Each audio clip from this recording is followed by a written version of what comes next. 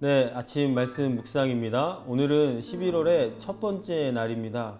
하나님께서 베풀어 주신 은혜가 날마다 새로워지기를 소망하는 마음으로 이 11월 한 달도 은혜 가운데 또한 기대하는 가운데 승리할 수 있는 저와 우리 모든 성일 가족들 될 수 있기를 바랍니다. 우리 함께 기도하시고 말씀 함께 보겠습니다. 하나님 감사합니다. 오늘도 아침을 깨워주셨고 특별히 새로운 달 허락하여 주시고 그 첫날 아침 하나님의 말씀을 대합니다. 하나님, 어제까지 지켜주셨던 은혜도 중요하지만 이제 오늘을 비롯하여 앞으로 열어갈 새 날을 향한 기대가 우리에게 더 중요한 줄로 아오니 하나님을 더욱 기대하고 소망하는 가운데 말씀으로 우리의 앞길 한 걸음 한 걸음을 비춰나갈 수 있도록 하나님 도와주시고 우리도 그 말씀을 따라 결단하며 설 수 있도록 인도하여 주시옵소서. 감사드리며 예수님의 이름으로 기도합니다. 아멘. 네, 오늘 우리에게 주시는 하나님의 말씀은 욥기 16장 1절에서 17절까지의 말씀입니다. 말씀 함께 보겠습니다. 욥이 대답하여 이르되 이런 말은 내가 많이 들었나니 너희는 다 재난을 주는 위로자들이로구나. 헛된 말이 어찌 끝이 있으랴. 네가 무엇에 자극을 받아 이같이 대답하는가. 나도 너희처럼 말할 수 있나니 가령 너희 마음이 내 마음 자리에 있다 하자. 나도 그럴듯한 말로 너희를 치며 너희를 향하여 머리를 흔들 수 있느니라.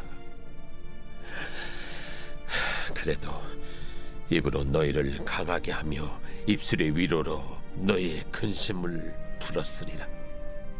내가 말하여도 내 근심이 풀리지 아니하고 잠잠하여도 내 아픔이 줄어들지 않으리라. 이제 주께서 나를 피로하게 하시고 나의 온 집안을 패망하게 하셨나이다. 주께서 나를 시들게 하셨으니 이는 나를 향하여 증거를 삼으심이라. 나의 파리한 모습이 일어나서 대면하여 내 앞에서 증언하리이다. 그는 진노하사 나를 찢고 적대시하시며 나를 향하여 이를 갈고 원수가 되어 날카로운 눈초리로 나를 보시고 우리들은 나를 향하여 입을 크게 벌리며 나를 모욕하여 뺨을 치며 함께 모여 나를 대적하는구나. 하나님이 나를 악인에게 넘기시며 행악자의 손에 던지셨구나. 내가 평안하더니 그가 나를 꺾으시며 내 목을 잡아 나를 부서뜨리시며 나를 세워 관역을 삼으시고 그의 화살들이 사방에서 날아와 사정없이 나를 쏘므로 그는 내 콩팥들을 꿰뚫고 그는 내 쓸개가 땅에 흘러나오게 하시는구나. 그가 나를 치고 다시 치며 용사같이 내게 달려드시니 내가 굵은 배를 꿰매어 내 피부에 덮고 내 뿔을 티끌에 더럽혔구나. 내 얼굴은 울음으로 붉었고 내 눈꺼풀에는 죽음의 그늘이 있구나. 그러나 내 손에는 포악이 없고 나의 기도는 정결하니라. 네, 계속해서 욥기의 말씀을 보고 있습니다. 오늘 우리가 읽은 16장은요 엘리바스와 계속되는 두 번째 논쟁 가운데 이제 욥의 답변에 관한 내용입니다. 계속되는 논란에 이제 욥은 어떤 생각이 들었을까요? 좀 지겹다라는 생각이 들었던 것 같습니다. 도대체 이 친구들이 나를 위로하러 온 건지 아니면 나를 놀리러 온 건지 생각이 들 정도였던 것 같습니다. 오늘 2절 말씀을 보니까 이렇게 이야기합니다. 이런 말은 내가 많이 들었나니 너희는 다 재난을 주는 위로자들이로구나.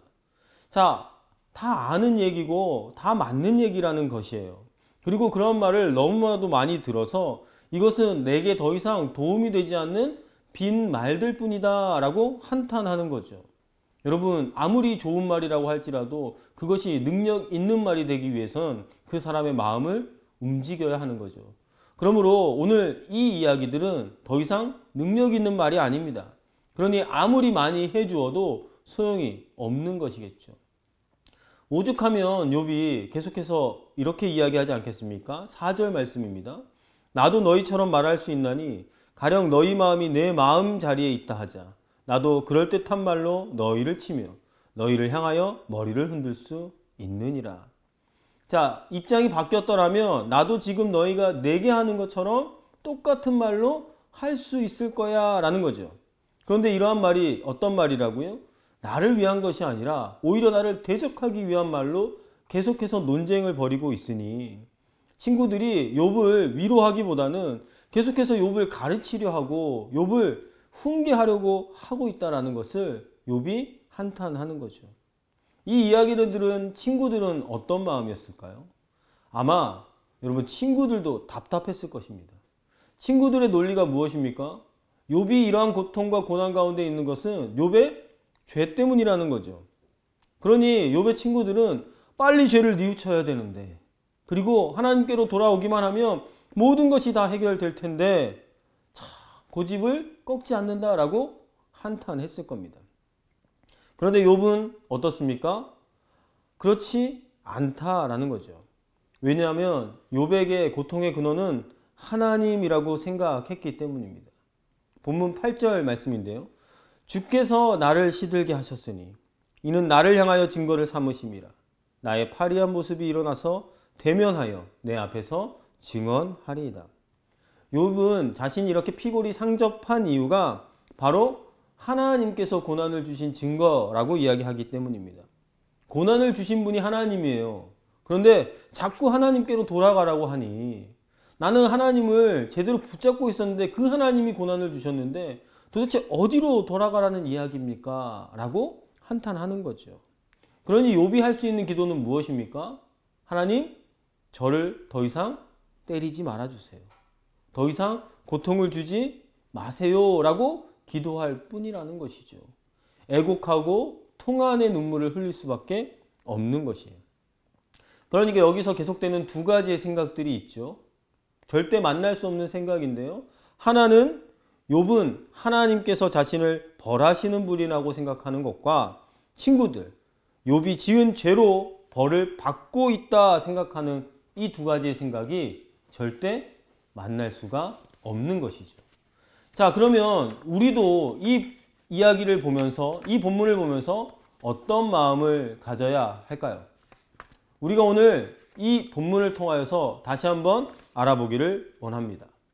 자, 욥은 본문에서 그래서 이렇게 기도합니다. 17절 말씀이요. 그러나 내 손에는 포학이 없고 나의 기도는 정결하니라. 나는 폭행을 저지른 일도 없고 내 기도가 언제나 진실했다라고 고백합니다. 내가 이렇게 정직하고 진실했는데 그러니 이 고난은 내가 지은 죄에 대한 벌이 아니라는 것이죠.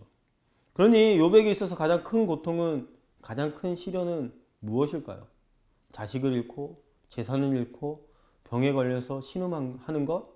그것도 큰 고통이겠지만 자신이 짓지도 않은 죄를 지었다고 자신이 겪는 고통은 그 죄 때문이라고 계속해서 친구들이 회개하라고 하는 그 이야기 때문에 더 고통스러워하는 것은 아니었을까요? 그러니 오늘 10절에도 이렇게 이야기하죠.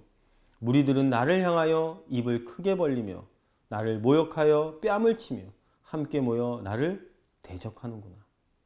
아니, 내 마음을 헤아리고 위로하고 도와주면 좋으련만 그것이 아니라 죄에 대해서 벌받는다고 생각하고 자꾸 죄를 회개하라고 이야기하고 하나님께로 돌아오면 해결된다고 하니 얼마나 답답하겠습니까? 욥의 기도 중에 분명 다 맞는 것은 아닙니다. 하나님께서 자신을 미워하시기 때문에 이렇게 되었다라고 생각하는 것은 분명 잘못된 것입니다. 그런데 나아가 우리가 하나님의 마음을 보면 하나님께서는 욥을 미워하신 적이 없습니다. 하나님께서는 욥의 적이 되겠다고 생각한 적도 없습니다. 그런데 욥은 그러한 하나님에 대하여서 자신의 섭섭한 마음을 숨기지는 않는다라는 것이죠. 오늘 본문을 느끼면서 우리가 어떤 부분에 좀 초점을 맞췄으면 좋냐면 자신의 상태를 표현한 욥의 그 고백이 우리의 고백이 될 수 있기를 바랍니다. 내 얼굴은 울음으로 붉었고 내 눈꺼풀에는 죽음의 그늘이 있구나. 16절에 하나님 앞에 섭섭한 마음을 내어놓는 욥의 고백입니다. 제발 자신을 대적하지 말라고 기도하고 이것은 하나님을 미워하거나 하나님께 대적하는 것이 아니라 오히려 하나님 앞에 읍소하는 거죠. 하나님이 그런 분이 아니라는 것을 알았기 때문입니다. 그러므로 오늘도 우리가 이 고난과 고통 과정 가운데 욥이 갔던 방향을 제대로 따라가야 하는 것이 무엇입니까? 하나님을 발견해 가는 것이고 하나님을 알아가는 것입니다. 내가 고통 중에 있을 때, 내가 힘든 상황 중에 있을 때, 어려운 상황 중에 있을 때 꼭 해야 할 일이 하나 있다면 그것은 하나님 앞에 다시 엎드리는 것밖에 없다라는 것입니다. 욥은 하나님께 불평하는 것 같아도 적어도 하나님께 읍소합니다. 적어도 하나님께 하나님, 내가 이래서 아픕니다. 내가 이래서 고통스럽습니다. 라고 자신의 상황을 말씀드립니다. 그냥 내가 하지도 않은 죄를 회개하고 짓지도 않은 죄를 회개했다고 하나님 이렇게 했으니 이제 복을 주셔야 하지 않습니까? 라고 형식적으로 말하는 것이 아니라는 것이죠. 우리가 이렇게 정직하게 정결하게 주님 앞에 나아갈 수 있어야 하는 거죠. 왜요? 내가 힘들 때, 외로울 때, 괴로울 때 누가 위로해 줄 수 있습니까? 하나님밖에 없습니다. 친구가 아니라, 사람이 아니라, 많은 이유들이 아니라, 많은 세상이 아니라 하나님밖에 없는 것이죠. 오늘도 우리는 그 앞에 엎드리고 기도해야 할 줄로 믿습니다. 오늘도 우리의 시선을 주님께 돌려 기도하는 저와 여러분 되시기를 바랍니다. 하나님께 답이 있다는 것을 안다면 기도로 마땅히 나아가는 것이 우리에게 가장 최고의 모습이지 않습니까? 그리고 우리가 기도할 때 거기에 변함없이 나를 긍휼히 여기시고 때를 따라 도우시는 주님의 사랑과 우리를 향한 놀라운 계획을 우리는 발견할 수 있을 겁니다. 새롭게 시작하는 11월의 첫날입니다. 오늘 이 하루 다시 한번 기도하면서 하나님께서 우리를 향한 계획이 무엇인지 정직하게 낱낱이 구하며 내게 아쉬운 섭섭한 모든 부분들을 주님과 교제하고 대화하며 그 모든 문제들을 해결해 나아가는 가운데 하나님께서 나를 통한 또한 우리의 가정을 향한 우리의 교회를 위한 놀라운 하나님의 계획을 발견할 수 있고 그 계획을 위하여 힘차게 한 걸음 한 걸음 정진해 나아갈 수 있는 저와 우리 모든 성일 가족들 될 수 있기를 주님의 이름으로 축복합니다. 기도하겠습니다. 하나님 감사합니다.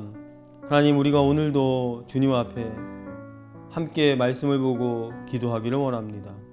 그러나 우리의 이 삶이 형식적인 것이 아니라 자성에 젖어 습관을 따라 사는 것이 아니라 정말로 하나님을 대면하여 하나님을 바라보며 하나님께 내 마음을 아뢰며 정말로 내게 속한 것을 온전히 드러낼 수 있는 바른 믿음의 사람들 되게 하여 주시옵소서.